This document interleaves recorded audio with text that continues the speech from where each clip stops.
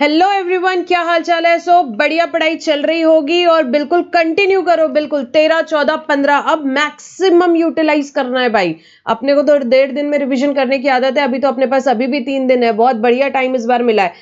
बिल्कुल बढ़िया यूटिलाइज करना है। ठीक है, थोड़ा बहुत हो सकता है किसी का टाइम यहाँ पे कम यूज हुआ ही होगा, काफी सारे लोगों का हुआ होगा। ठीक है, तो एक से जैसे ही गैप मिल जाता है तो थोड़ा सा स्पीड स्लो हो जाता है, बट अब वापस से स्पीड पकड़ लो और बड़े अच्छे से तैयारी करो और बहुत बढ़िया एग्जाम अपने को लिखना है। 2-3 चीजें बस मुझे बोलनी थी।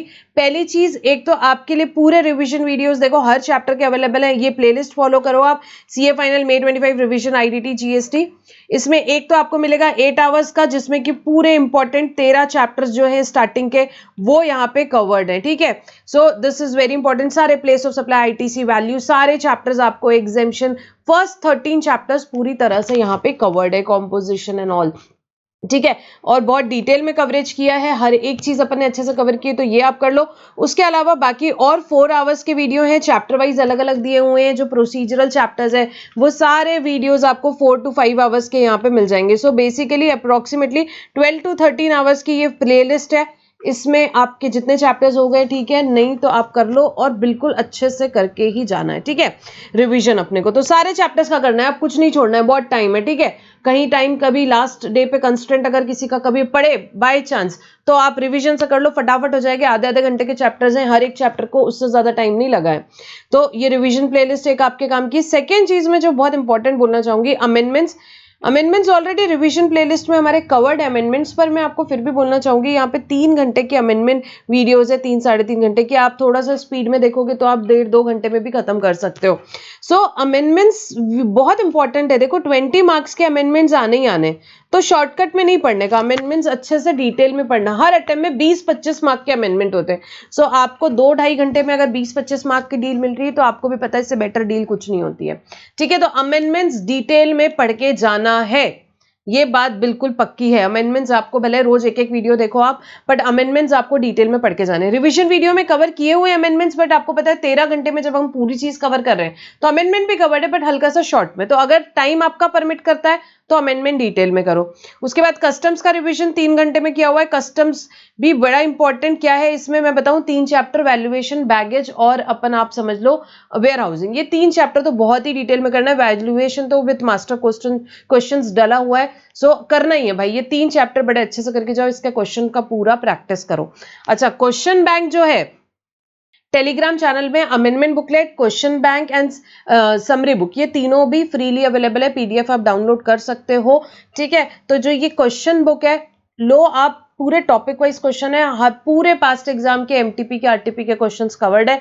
बिल्कुल अच्छे से करके जाओ। ठीक है, क्वेश्चंस इंपॉर्टेंट चैप्टर्स, आपको सारे ही क्वेश्चंस देखने हैं, बट इंपॉर्टेंट चैप्टर्स के बहुत ध्यान से आपको देखने हैं और केस सिनेरियो एमसीक्यू आपको करने हैं। ठीक है, तो this is your final checklist. आपको इतनी सब चीजें करनी है, आप इसमें से काफी चीजें हो गई होगी, जो चीजें नहीं हुई है अब उस पर फोकस करो। अब बची बात एग्जाम में पेपर, खाली 2 मिनट और हम एक चीज डिस्कस करेंगे कि पेपर लिखना कैसे है, जिससे हम क्या कर सके, यहाँ मैक्सिमम अमाउंट क्या कर सके, यहाँ पे हम मैक्सिमम क्या कर सके, मैक्सिमम मार्क्स फेच कर सके। ये देखो, एक सेकेंड,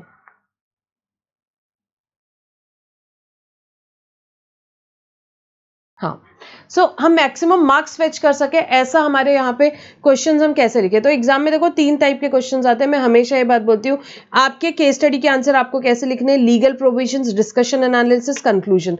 ठीक है, लीगल प्रोविजन में तो लीगल प्रोविजन लिखोगे, डिस्कशन एंड एनालिसिस में लीगल प्रोविजंस को आप रिलेट करोगे जो आपसे केस पूछा है उसको, और कंक्लूजन खाली 1 लाइनर कंक्लूजन रहेगा, जो एग्जाम में क्वेश्चन पूछा है उसका आंसर आपको देना है।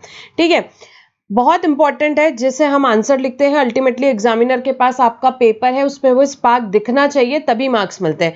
प्रैक्टिकल क्वेश्चंस में 3-4 चीजें बहुत इंपॉर्टेंट है। पहली बात, note should form part of your answer. जो भी वर्किंग नोट्स है वो आपके पार्ट होने चाहिए। अभी जब आप क्वेश्चन बैंक पढ़ोगे, अभी पढ़ रहे हो आप लोग क्वेश्चन बैंक, तो आपको ध्यान से देखना है हर क्वेश्चन के बाद कि भाई एग्जाम कैसा क्वेश्चन आंसर लिखा है। अल्टीमेटली आपको भी उसी तरीके से एग्जाम में प्रेजेंटेशन रखना है। Presentation is equally important. ठीक है, हमको सब आता है, पर हमको एग्जामिनर को बताना है कि हमको आता है, तो वो हमको पेपर में रिफ्लेक्ट करना पड़ेगा। कैलकुलेशंस आपके जो है यहाँ पे नोट्स आने चाहिए। Calculations should form part of your answer. जो भी कैलकुलेशन कर रहे हो ब्रैकेट में लिखो, स्टेप वाइज मार्किंग होती है, कहीं कुछ गलती भी हुई तो आपको स्टेप वाइज आपको मार्क्स मिलेंगे। ठीक है, फिर अजम्पशंस, जहां भी आप कोई अजम्पशंस यहाँ पे ले रहे हो तो आप अजम्पशंस वहां पे लिखो, कुछ ऑल्टरनेटिव्स अगर आपको लगते हैं तो आप ऑल्टरनेटिव्स भी लिखो। थ्योरेटिकल क्वेश्चन में 2-3 चीजें याद रखनी है, अंडरलाइन करो इंपॉर्टेंट कीवर्ड्स को, पॉइंट वाइज लिख सकते हो तो बिल्कुल पॉइंट वाइज में लिखो। और बहुत इंपॉर्टेंट है, पेपर आपको पूरा कंप्लीट करना है और लीगल लैंग्वेज का यूज करना है। देखो भाई, एग्जामिनर को देखना है कि इस इंसान को मुझे सीए बनाना है कि नहीं, इस पेपर में मुझे एग्जामिशन देना है कि नहीं, तो वो बिल्कुल देखेगा कि आपकी लीगल लैंग्वेज पे ग्रिप कैसी है।